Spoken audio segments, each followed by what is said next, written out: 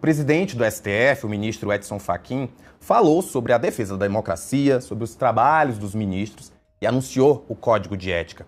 Quem vai trazer os detalhes é a repórter Marília Ribeiro.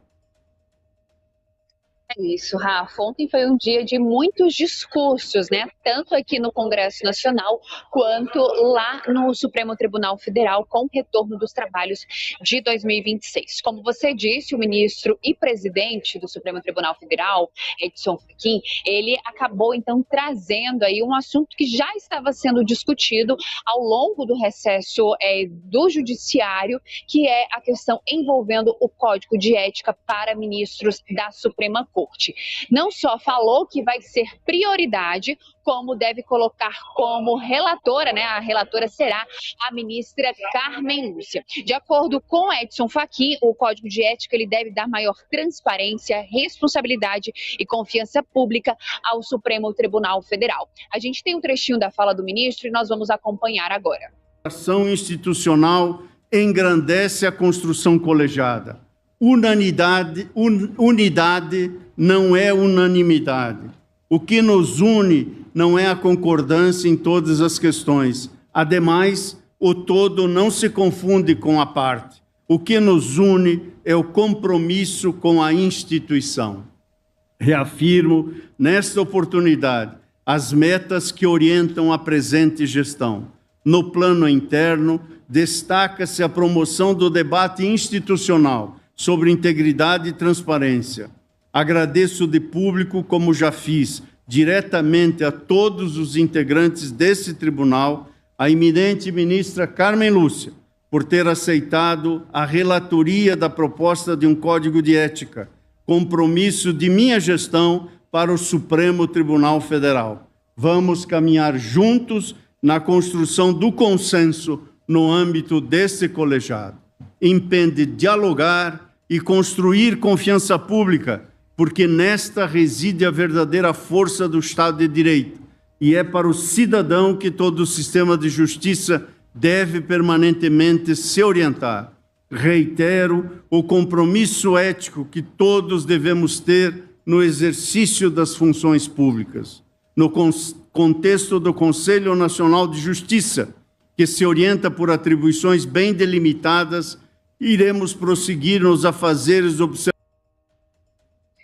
É isso, Rafa. O assunto ele deve ser sim tratado como prioridade ao longo de 2026 e já tem data aí da primeira discussão sobre esse assunto. Será na próxima quinta-feira, dia 12 de fevereiro, em um almoço onde vai contar com todos os ministros lá no Supremo Tribunal Federal e aí eles devem sim debater sobre esse assunto que envolve o Código de Ética para ministros do Supremo Tribunal Federal. Assunto, Rafa, que divide a Suprema Corte. Então a ministra Carmen Lúcia ela vai ter aí uma longa missão para poder discutir sobre esse assunto Código de Ética justamente em um ano eleitoral. Rafa.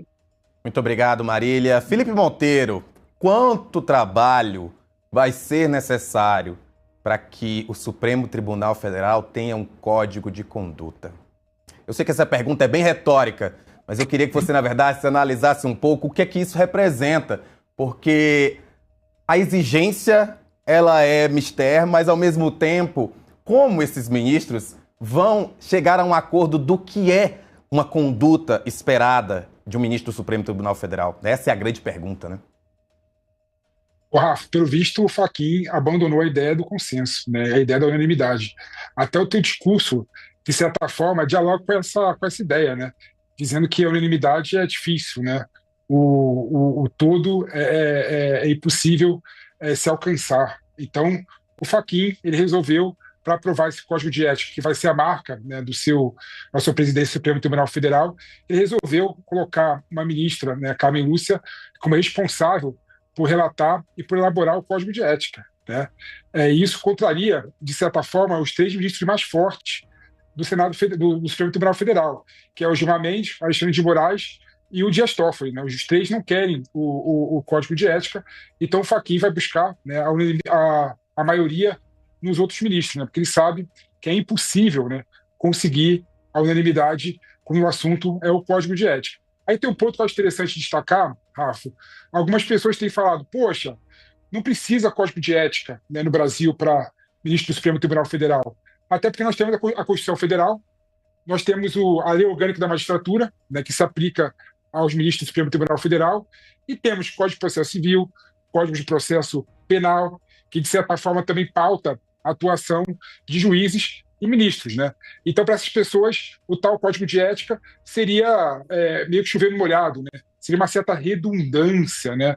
E aí tem uma pessoa que fala o seguinte, poxa, se os ministros do STF não obedecem, né, à legislação, uma lei, uma Constituição Federal, vai obedecer uma norma infralegal que é o Código de Ética? Bom, essa é uma boa pergunta. Essa é uma boa pergunta. Mas quando o Fachin se inspira no Código de Ética alemão, né, para fazer e elaborar o Código de Ética da Suprema Corte no Brasil, eu sinto que é um passo a mais, né? A Constituição Federal, por exemplo, não prevê qualquer forma do ministro do Supremo Tribunal Federal fora do Supremo Tribunal Federal, por exemplo, né? A Lei Orgânica da Magistratura também não, né?